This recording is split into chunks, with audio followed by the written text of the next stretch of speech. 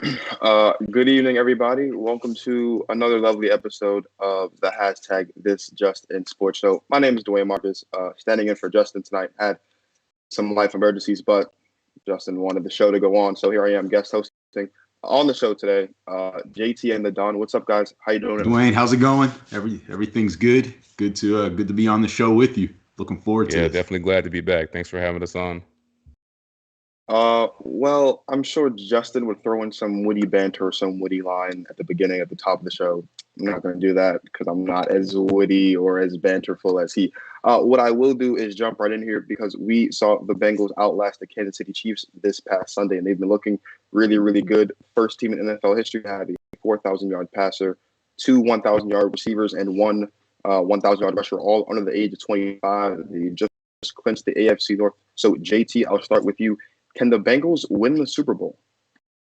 I feel like that's an unfair question. One, because the one thing that usually holds back teams from winning the Super Bowl is experience. And clearly, you just said it all. Like, these are all young guys that are just, they're just, showing us a little bit of their potential. So none of these guys have playoff experience. But I'm just going to be funny because I know this is like Justin's like guilty pleasure team. So if we talk bad about the Bengals and he's not here, he's going to be really upset. And I don't want him DMing me about it. So look, I'm talking good about the Bengals. I'm going to say, yes, they can win. I mean, if you look at their resume this year, Don, you can correct me if I'm wrong. They're 6-3 against playoff teams. They're division champs in one of the toughest divisions year in and year out, especially defensively tough. And you already said the stats. Like, they have an explosive offense with young players. They played against the Chiefs. They look just like the Chiefs to me. Like, they can put up points, and they have improvements that nobody's really talking about. I mean, their offensive line, their defense got so much better this year compared to last year. It's like amazing that that's not leading the headlines. And let's just call it what it is. Joe Burrow is a stud. So I think he is the number one pick for a reason. And if he's healthy and playing like the way he's been playing the past month, why can't they win the Super Bowl? Don, same thing to you. Are you with JT? Do you think the Bengals can win the Super Bowl? Well, I'm going to disagree in terms of I'll agree that can they win it? Sure. I mean, any of the 14 teams that make the playoffs can win it because they're in the playoffs. They've taken that next step and they've shown they're good enough to get in the playoffs. Will they win it? This is where Justin will get upset with me, but I could talk a little bit bad on the Bengals because he's not on the show. I don't think they will win it, and I think their chances of can they win it is a little lower than the other teams. Will they win it? No. They probably got to face the Colts in the first round. That's a really tough matchup with Jonathan Taylor coming to town, a strong defense coming to town. And then after that, you just look at their road just to get to the Super Bowl, let alone have to play a team like the Packers or the Rams or the Buccaneers. Then they would have to probably, as it sits today, have to play the divisional round at the Chiefs. Now, I know they just beat the Chiefs, but in Arrowhead, if the Chiefs are up 28-14, it's game over. And then after that, they may have to go on the road for the AFC title game to the Titans or even host the Bills or the Patriots. And the Bills and Patriots have experience over them, just what JT said. And that defense, I know a lot of people like them, but they had nowhere to go but up after the last couple of years. They've been so bad. But you still look at their numbers, it's really not that great. Their defense overall is ranked 18th, and all the other teams that I've mentioned are all in front of them in terms of total team defense. And then the other thing you got to remember, they're going to have to go on the road for at least one playoff game. In their time of possession on the road, they rank 19th. So if they are going to go on the road to Kansas City, they need to have time of possession. And I just don't believe they can do that right now the way this team is built. Sorry. Just like a Steelers fan. Like, why are you being such a hater? Like, this is specifically because you are answering the question. I'm answering the I don't believe that they can come back down 28-14 on the road. They got down, JT, 28-14 at home for a reason. The Chiefs are really good. They're better than the Bengals. The only difference was that game was a regular season game at home. In the playoff season on the line at Arrowhead, it's over for these young guys. Sorry. Unless they're going to, do something to Jamar Chase before the game. Hey, look, if he's playing and Joe Burrow's playing, clearly they got a chance because when you get burned by one guy like that, trust me, people on defense remember that. They're not gonna forget it. Playoffs are different. Defenses play different Andy in the playoffs. Reid is Don't the forget same that. though. It's always never what it should be. He's always underachieving in some way. Steve Spagnuolo is the difference. That might be advantage Bengals though. Look what happened yesterday. He beat Tom Brady twice in the Super Bowl. I don't know what else he wants from the guy. No, it was Eli Manning, but whatever.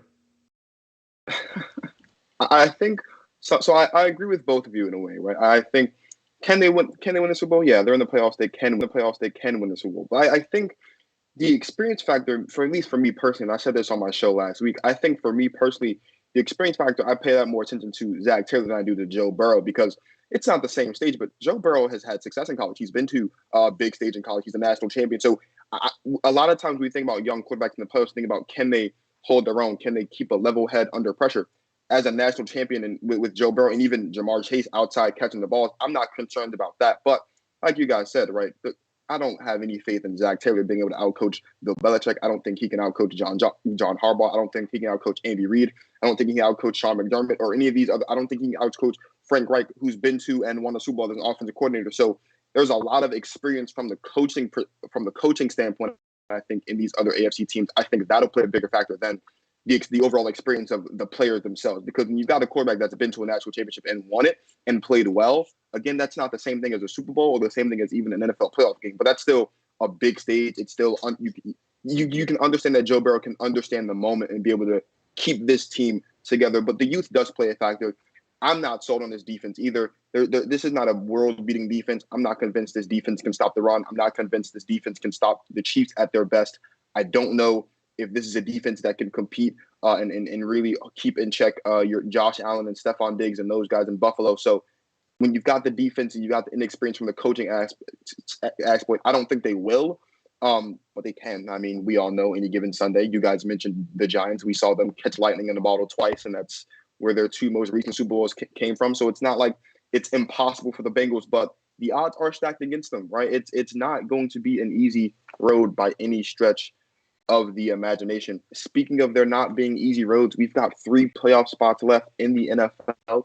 2 teams are vying for the 1 spot left in the NFC. I believe there's 4 teams vying for 2 spots left in the AFC. Don, this time I'll start with you. Who gets those last playoff spots in the NFL playoff picture?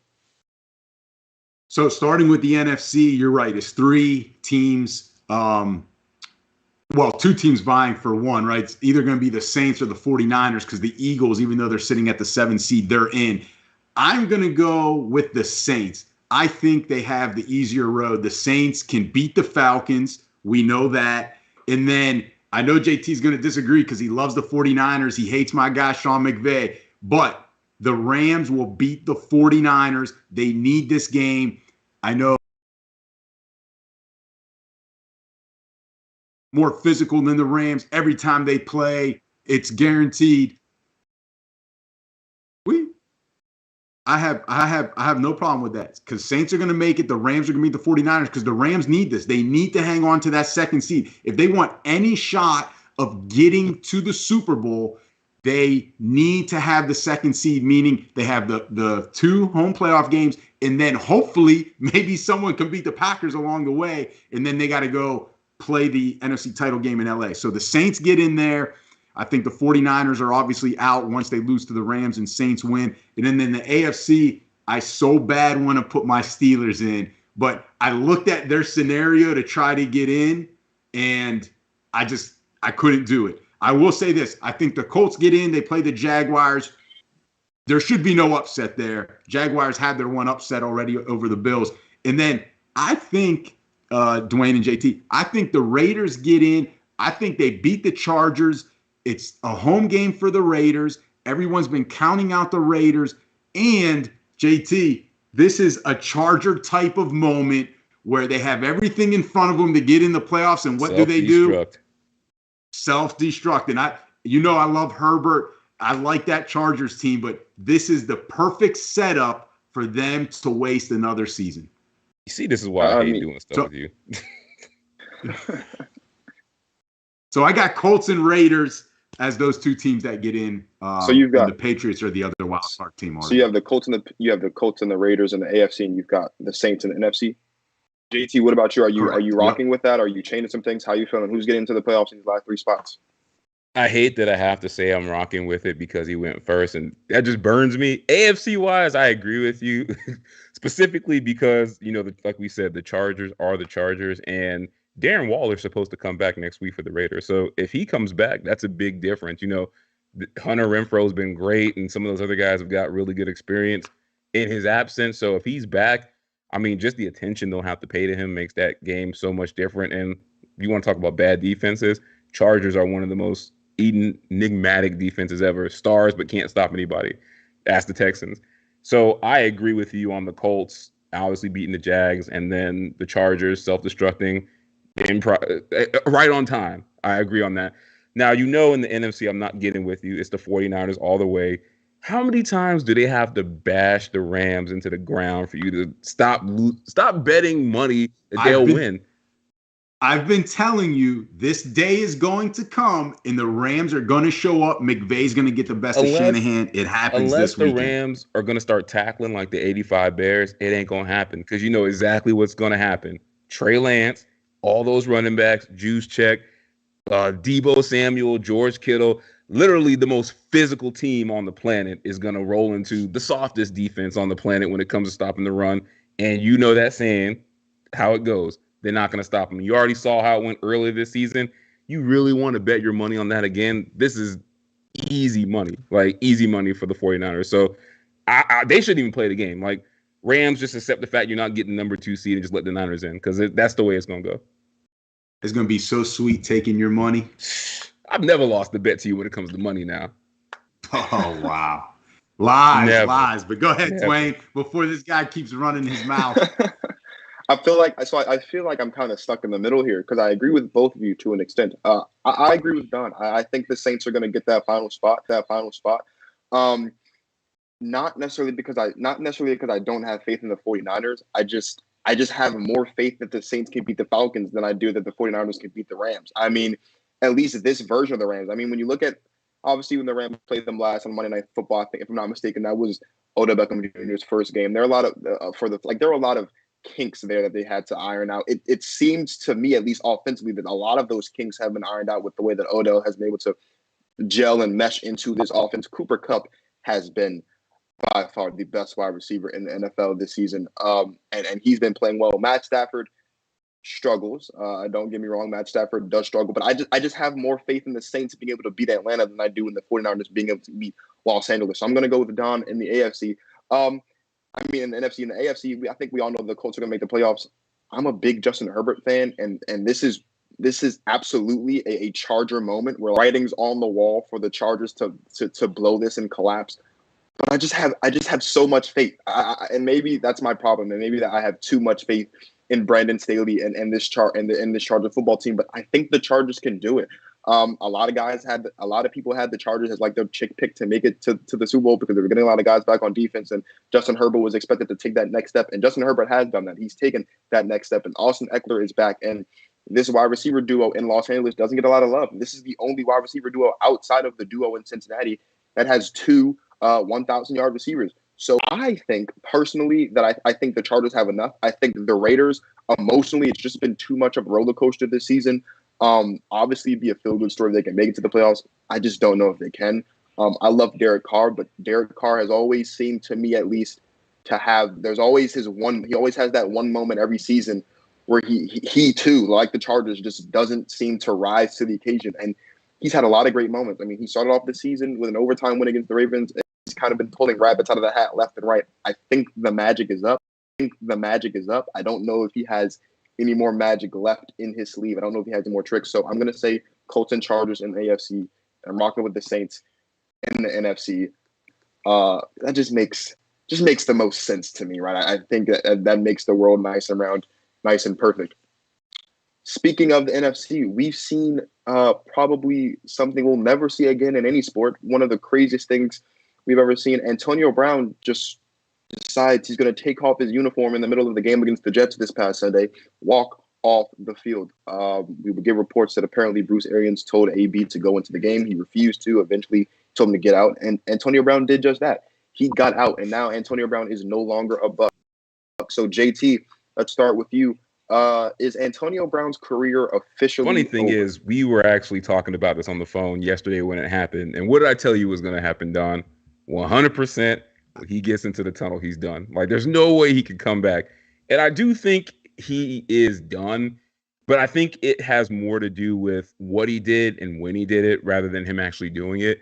So you got to think in that moment, not only did you embarrass Brady, who stuck his neck out for you, you embarrassed BA, who's one of the most respected coaches in the league, and you embarrassed the league too. So when you embarrass those three, that's like the holy trinity with Brady. Like, you can't come back from that. Like, you pissed off too many of the wrong people to get any forgiveness. So who's going to take a chance on him? Like, when you let those three down, including the GOAT, like, I just don't see how, if you can't make it work there, how you can, get back on the road to continue your career. Like, I just don't see how that happens.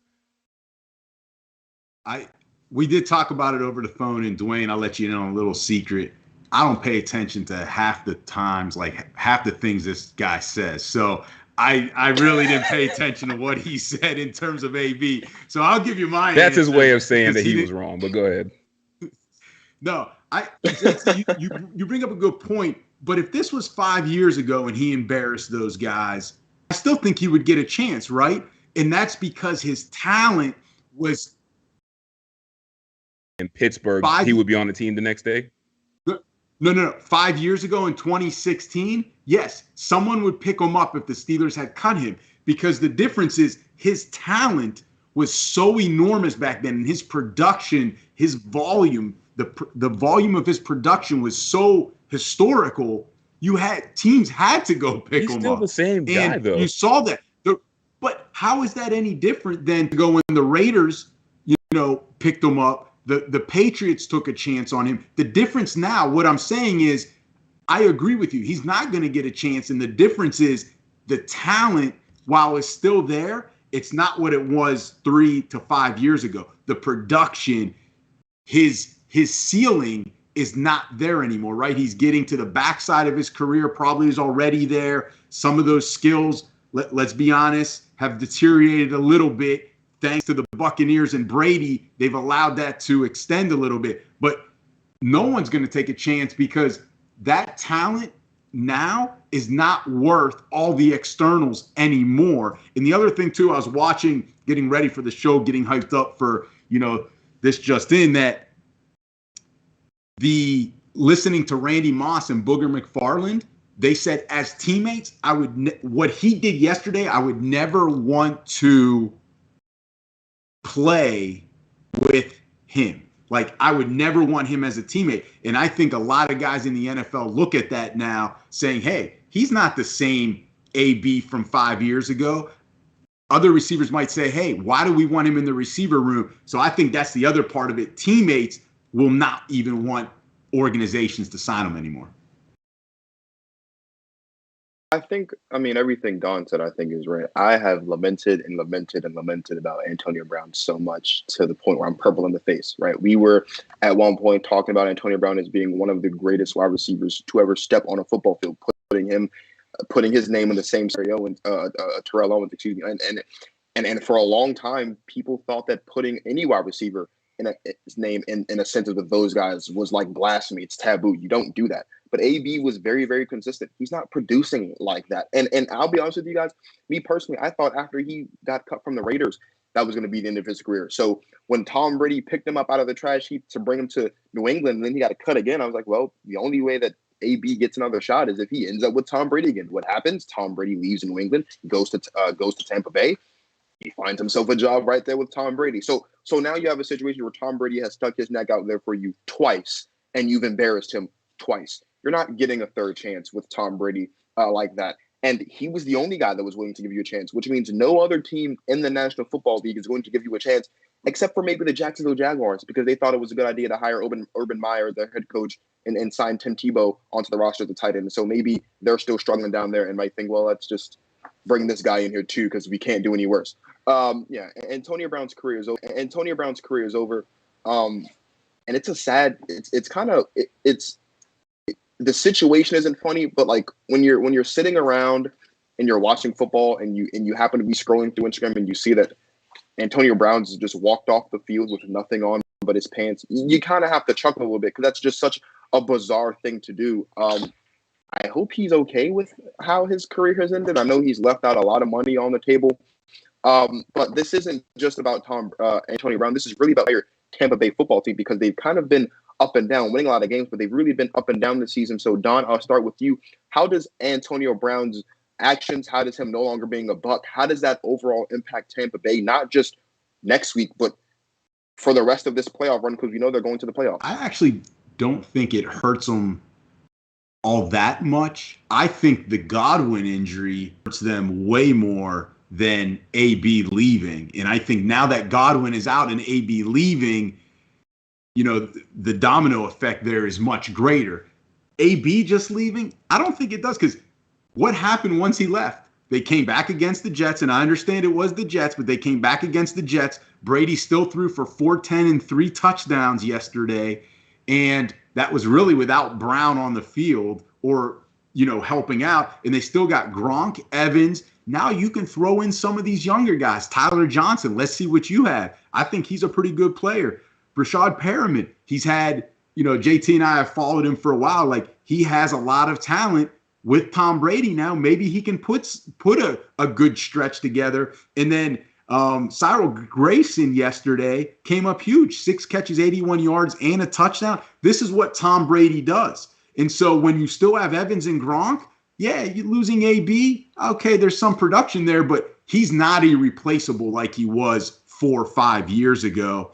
They'll probably get Leonard Fournette back. And really, the defense just needs to step up. They can't give up 140 rushing yards to a team like the Jets. So Fournette comes back. Losing Godwin was bigger. If the defense can step up, I don't think that this is really that big of a deal. Probably helps the locker room, to be honest. JT, same question. How does AB's actions and his now permanent departure from the Tampa Bay Buccaneers affect them going forward? I couldn't disagree with you anymore. And I know part of this is you're a Steelers fan. You just can't help it. You know, two of those old Steeler greats are about to get another ring with Brady. That's like the ultimate betrayal. Like, you leave the Steelers to go win rings with Brady somewhere else. So I get it. I understand. But let me tell you why. 2 ways why I think him leaving the team is a huge impact for them. On the field, are you crazy? Like, adjust those glasses. Because the only receiver they have, I don't know, man. You need to go get it checked. The only receiver that they have that's reliable, we just talked about this with the Bengals. It's all about experience in the playoffs, right? The only real receiver they have with playoff experience is a gimpy Mike Evans with a hamstring injury. Right on time, right on brand. How long is that going to last? You just mentioned Chris Godwin out with the ACL. He's not coming back. AB literally was still on the team for break in case of emergency. And guess what? It didn't work. Like, he was supposed to be the person that was going to make them be able to go through the playoffs. So it's disastrous from the on-the-field perspective. If I'm relying on Mike Evans, not 100%, they'll be out in the first or the second round of the playoffs. But also off the field, I think his exit does impact Tampa because the way it's being spun in the media as, you know, he said, she said, you know, we all know the what's going on. He didn't want to check back into the game because he felt like he was too hurt. Bruce Arians is like, look, if you don't go out there and sacrifice yourself, get the hell off my sideline. And he did. So that puts a negative light not only on the coaching staff, but everybody involved. Brady, front office. It does. And it puts a negative light around the situation from the player safety standpoint because you forget you guys are right there in Washington. What's one of the major things going on? Washington football team under investigation in the public light. What's one of the things that everyone's talking about? Their medical team and how they treat player injury. And it's like people's ears and eyes are open. So you got this on national Front Street. This dude said, I was too hurt to play. They said, if you don't go out there and sacrifice yourself right now, you're off the team. Not just you're suspended, you're off the team. Like, you don't think that's going to get conversations going? And then you pull that with the loose cannon of all loose cannons in AB. Please, if I'm a major network, I can't wait to get this man on TV so he can tell me everything that's going on behind the scenes. You don't think that is going to impact Tampa, Listen, they'll be lucky to win 2 playoff games. Who's going to believe AB at this point? Somebody. JT? You're going to put up. If you give people a platform, somebody will listen. Of course they'll listen, but it's about understanding and believing. You're telling me you're going to put up his resume and credibility, and we've seen how he's fallen off the edge here the last 3 years in his actions compared to Tom Brady, Bruce Arians, and Mike Evans. All three helped that team and all of those other players, including Antonio Brown, win a Super Bowl last year. Bruce Arians has been around a long time. You never hear one bad word about him. Same thing with Brady as a teammate. And look at Mike Evans' reaction when he tried to talk AB to stay and AB said no. He looked defeated. He was like, I'm done with you. I agree. And that goes a long way. Here's to say that the locker room's going to fall apart. I didn't say the locker room was going to fall apart. I said they don't have without AB. They don't have enough healthy talent on offense. You already said how their defense is struggling. They're banged up too. On-field stuff. They're not. You said the on-field stuff. I'm talking off the field. I'm talking about off the field too. Yeah, the locker room might be better, but guess what? Now this bomb has been thrown up, and now everybody's going to be looking in. They're going to be looking in. He looked completely healthy, chucking his gloves in his helmet on the sideline and doing jumping jacks, throwing up the peace sign, running to the tunnel.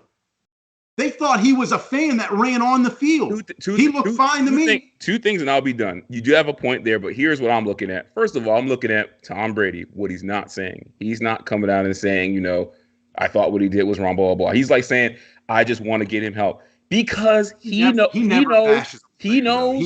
this situation is not that much different than New England. And you look at how we talked about this recently, how former players who played in New England talk. One of the major things they talked about was how their interactions went with the medical staff as far as if you're hurt versus how you're getting ready to play. It's like basically my neck could be broken, and they're like, if you don't go out there and run through a wall still, we'll replace you and you'll be on the bench. Like people know that now. Like you're assuming that everybody just agrees with that. Oh, just go out there and play no matter what now. Like people care about player safety now. And like if AB gets out there and says too much, of course this is gonna have a major impact on Tampa. Let's see. But what you're saying is you're believing his word, and you believe people are going to believe his word over Bruce Arians and the Tampa staff. I'll say this. There's his truth, there's theirs truth, and then there's somewhere in the middle. That somewhere in the middle, and might shock you because you might be agreeing with AB on some things. And you know what the players are going to say? We have a playoff game to go win. We've got Tom Brady. This coach has led us to a Super Bowl before. We don't need AB. He's better off taking his antics and having it over there and keep this locker room tight. So you don't. That's what the players. So you don't think this is going to affect them at all? No. Oh, absolutely. Mentally, mentally and chemistry wise. Oh no, you're crazy. You know what? How? What? You so disrespectful to AB. You know what? I'll take AB, try to keep him under control, and you can take what's his name, Cyrus Grayson. I don't even know his damn name. You can take him. You know why? You can take him and his Tampa, 6 catches against the Jets. You can go try to win a Super Bowl. Brashard Perriman is 40 years old. Like we love him, but he hasn't been good. Like it's gimpy Mike Evans and old Leonard Fournette. Like that's it. Ronald Jones is hurt too. Like he might not even come back. Like. You don't think not having AB there is a big deal. There's a reason they didn't cut him in the first place. They know they need him. Listen, I want to hear what Dwayne has to say. But Dwayne, just so you know, this is what JT does. He says, I'm bashing Antonio Brown. And what did he say? A 40-year-old Perriman, which is not true. A gimpy Evans, which a lot of people would take it. But you're discrediting him, saying he's nothing. What about AB? What is he? AB not gimpy? What is he? He wasn't even willing How to many go back catches has he had since the Bucs brought him in? That's what I'm saying. Like this isn't fantasy football. All right, let Dwayne. Tyree said AB like that, so man. He's real. I feel like all night. Sorry, man. I feel like all night I've been the healthy. I feel like I've been the healthy medium between you two because I feel like once again I'm agreeing with both of you. I agree with Don on the off the field stuff, and I agree with JT on the field stuff. Listen, off the field, AB leaving could be the one thing that this football team needs that really brings them together and it's like, look, it's us against the world. And that's the mentality that you need from a locker room standpoint when you're trying to go out and win championships. Now, I mean, look, AB was there for a reason. AB was the emergency equipment behind the glass that you only need to break if you really, really needed it. And then Chris Godwin tore his ACL. And so they broke the glass on Antonio Brown. Antonio Brown, for all intents and purposes, was really their wide receiver 1B because Mike Evans does have that hamstring injury. And we all know with hamstring and calf injuries like that, you can recover from it, but you never know when it'll come back up again. Right. And so when you're looking at a guy like Mike Evans, who is his size, who plays the way he does, he's a deep threat, he's a physical receiver. At any given moment between now and the Super Bowl, if they make it there, that hamstring could give out on him.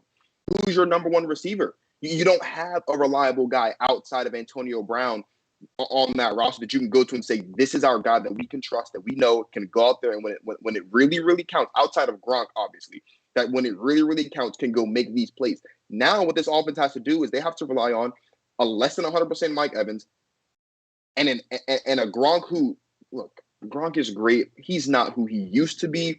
He's older. He's still productive. Don't get me wrong. Rob Gronkowski has been very, very productive this season. He was very, very productive for them in their playoff run and ultimately winning the Super Bowl last season. Here's the thing about Antonio Brown, though, and I think where this really, really matters is eventually there's going to come a point. It's and one of these games against the NFC, because these defenses in the NFC are legit. All of these defenses, I would say, with an exception maybe the Cardinals, all of these defenses have the ability to shut down your offense. Leonard Fournette is fantastic. All of these defenses are going to game plan against Leonard Fournette. Who do you have outside of Gronk and Mike Evans that can be that sneaky option that can go get those big plays down the field, that can go get those big catches when you really need them, when you're trying to come back? I don't know who that is. That's who Antonio Brown was. Now what the Bucs have to do is they have to find somebody somewhere. They have to scour this 53-man roster and figure out who's going to be that utility guy, that Swiss Army knife that you could put in the slot or line up outside or line up next to Mike Evans and go be that guy to make those grabs. That's who Antonio Brown was. So even if he wasn't producing how he was when he was in Pittsburgh, even if he has a couple or one or two or 50 screws loose in the head, that's who AB was on the field. There's nobody else on this roster that can do that for them.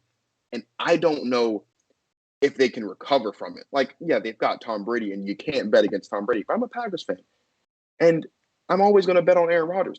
So maybe Tom Brady can get by against Los Angeles. Maybe he can get by against Arizona. Maybe he can get by against any of these other playoff teams.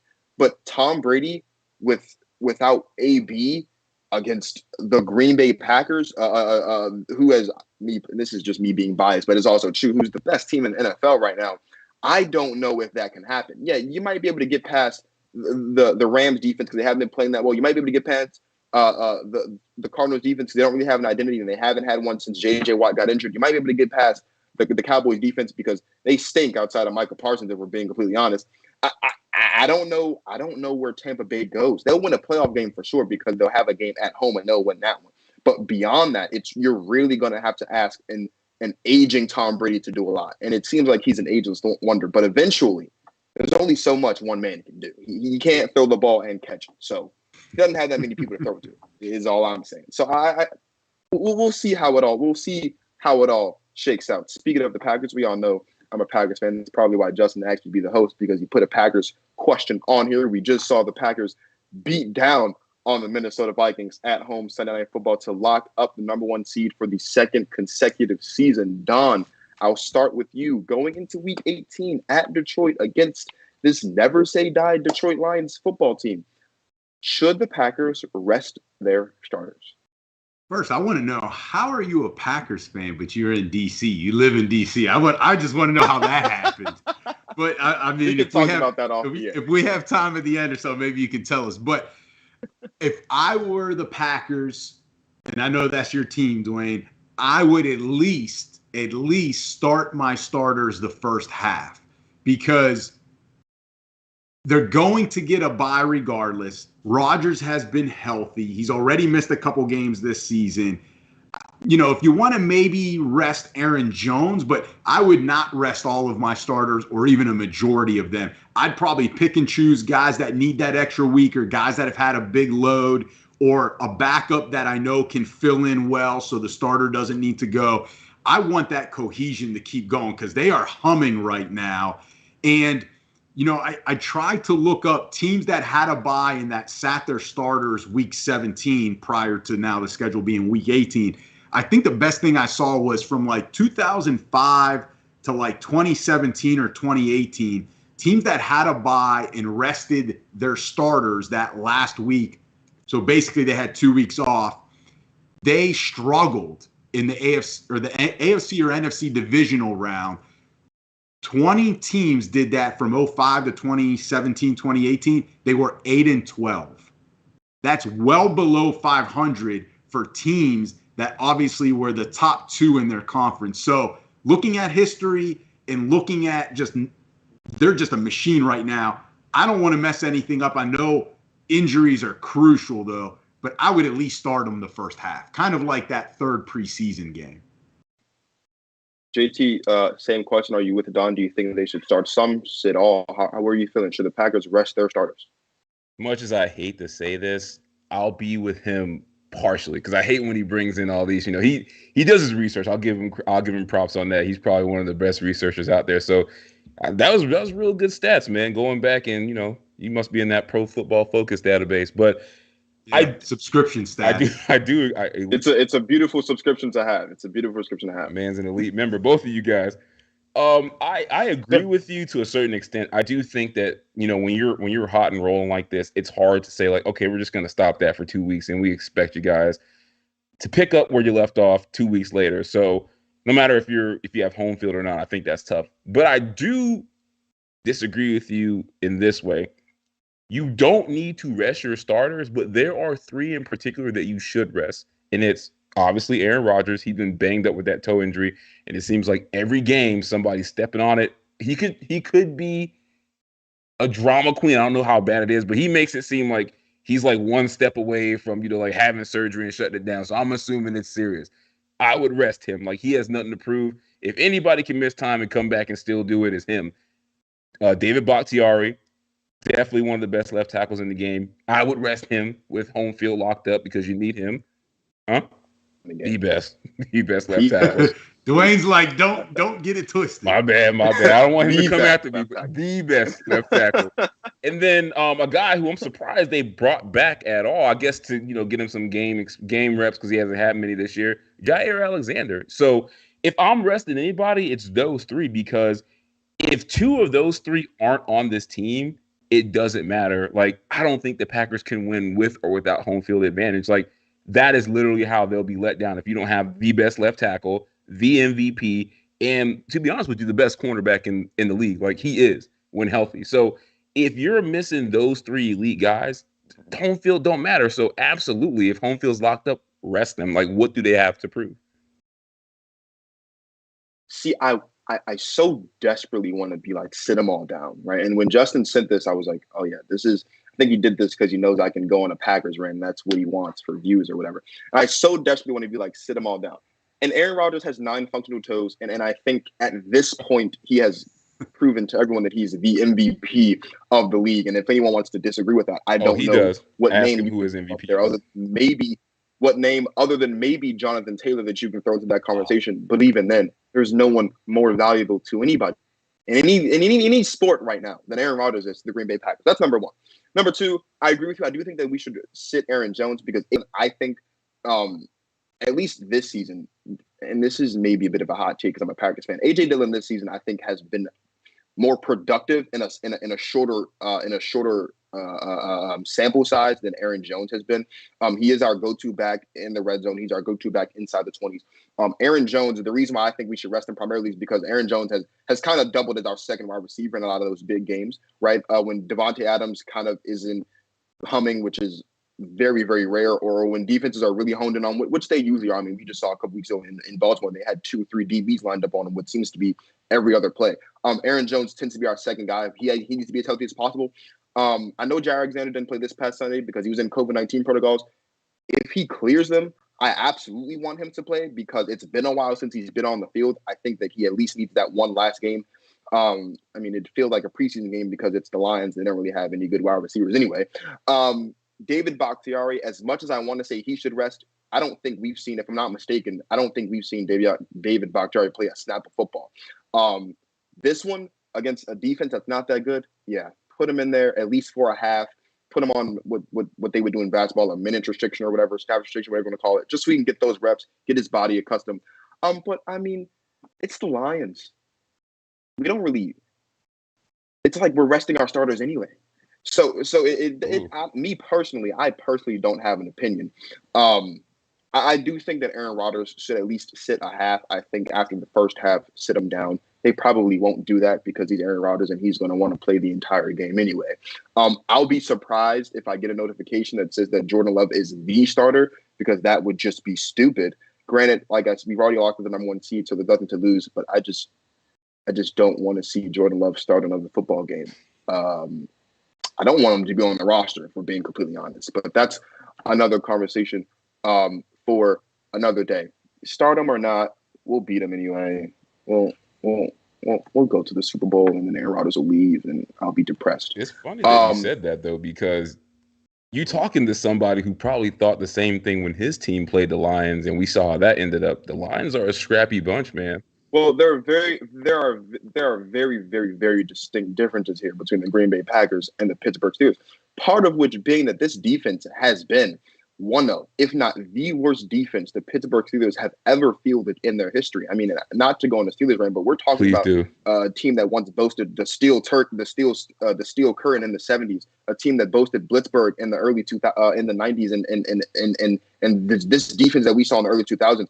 A lot of the reason why we say defense wins championships is because of what we saw the Pittsburgh Steelers do. So this defense has been nothing short of laughable from start to finish.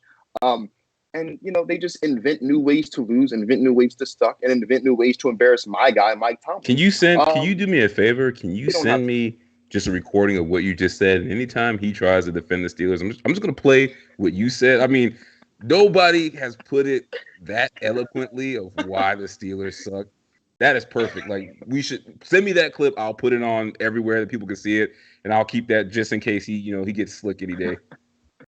JT, your Dolphins have been irrelevant for 50 years, so move to the side. Hey, but Dwayne, we do have something. Dwayne, remember one thing. Remember one thing. Yikes. When you lose Aaron Rodgers, how will your Packers be? And then that day will come where we will talk, and the Steelers will be great again, and the Steelers will be great again, and I will hit play on what you just said, and I'm just going to laugh at you as we continue to win Super Bowls 5, 10, 15 years from now, and you're still trying to find a quarterback. You guys should make a deal, because this is a very, very scenario that can likely happen.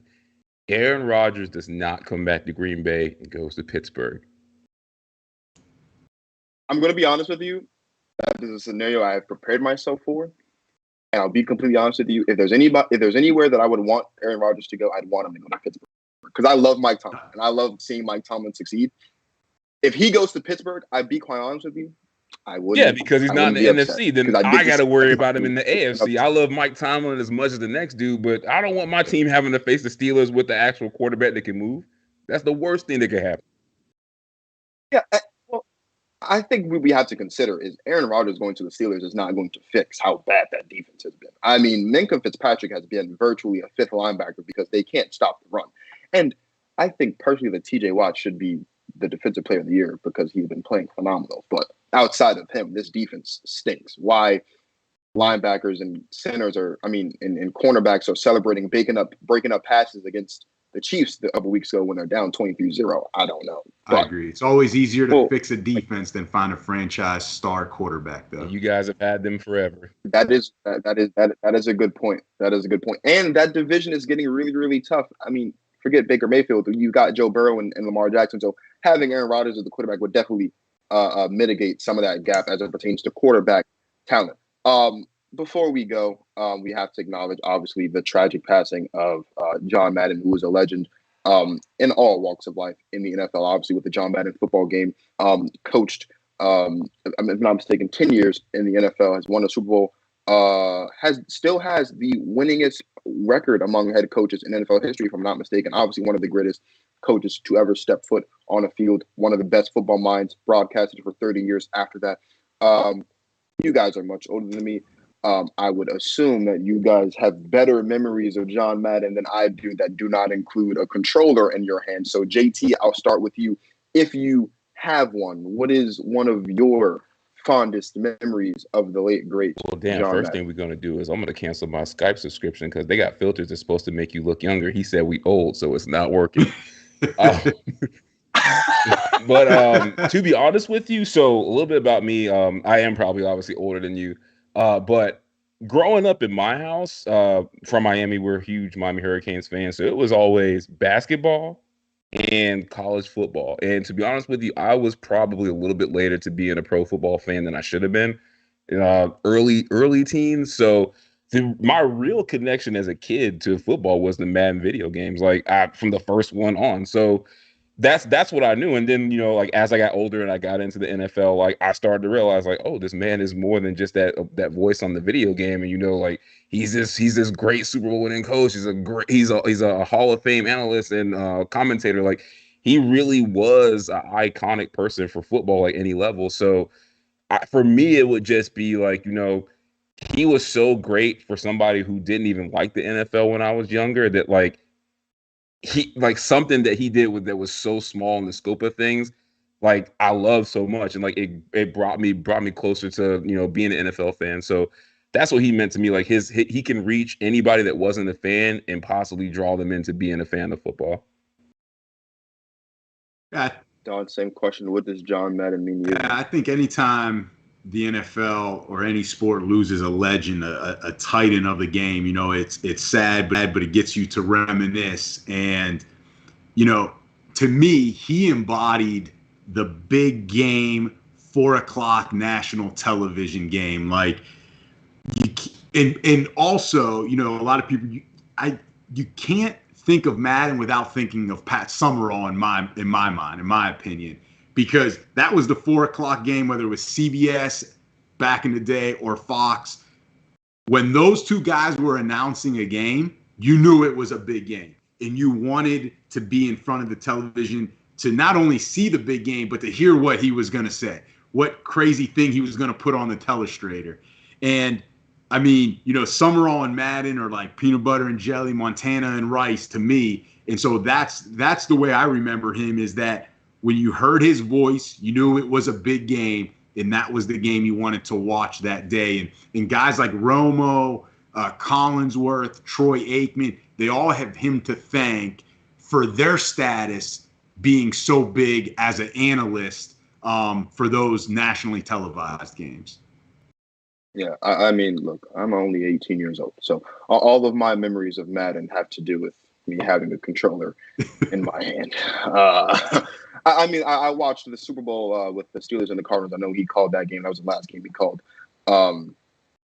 Outside of that, I have no memories of Madden outside of the video game. But I mean, he's a legend, obviously, one of the greatest coaches to ever do it, one of the greatest football minds we have ever been blessed with. It's been an incredible show. I've tried my best to be half as good a host as Justin is. And I hope I've done you did a great job. Hey, anytime you can control the two of us and to keep us from yelling at the screen, great job, man. Before we get out of here, though, JT and Don, please tell the lovely people at home where they can find you and what's up next. JT and the Don All Sports Podcast. You can find us on Apple Podcasts, Google Podcasts, Spotify, really whatever platform you find any other of your podcasts, and you can also follow us Instagram. Our handle JT and the Don. JT does a great job with our Instagram account, and you'll like the things that he posts. So follow us there. Oh, well, I didn't expect to be here tonight, but since I'm here anyway, I might as well give myself a shameless plug. Follow me on Instagram at GTP Marcus and Twitter at Go Talk with Marcus. You can also follow me on TikTok at GTP with Marcus, or GTP Marcus as well. 2 live shows this week, one on Wednesday, one on Friday, one doing football, one doing basketball. So be on the lookout for that on YouTube and Twitch now. We're on Twitch now. So doing a lot of things and trying to make stuff happen. So for JT and the Don, from Neil, who's always lovely back there, controlling all the stuff behind the scenes, and for Justin in his absence, I'm Marcus of the Go Talk Podcast. But tonight, of the hashtag This Justin Sports Show, which I do this better than Justin. Let me see if I can remember. You can, what is it, live every Monday, 7 p.m. Eastern, 6 Central, 5 Mountain, 4 Pacific, 8 in Barbados. On Instagram at ThisJustIn. The second I is a 1, and on Twitter at ThisJust1. It's been a lovely night. If you have the time and if you're interested, please go ahead over there and of course check out any episode you haven't already checked out. And they will be right back here next week on Monday, live, same time, same place. So again, for Justin is absent, Neil, JT, and the Don, this is Marcus of the Go Talk Podcast, and tonight at the hashtag This Justin Sports Show signing off. Thank you guys for watching. As always, you guys enjoy the rest of your lives. I don't have a mark on my face, and I upset Sonny Liston, and I just turned 22 years old. I must be the greatest. I told the world, I talk to God every day. If God's with the king, no matter, you're just the same. I shook up the world. I shook up the world.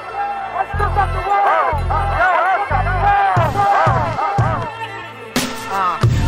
I said, can I be a legend? Search your soul and answer me this question. Do you think I have what it takes to be great, but still be humble and learn from my mistakes?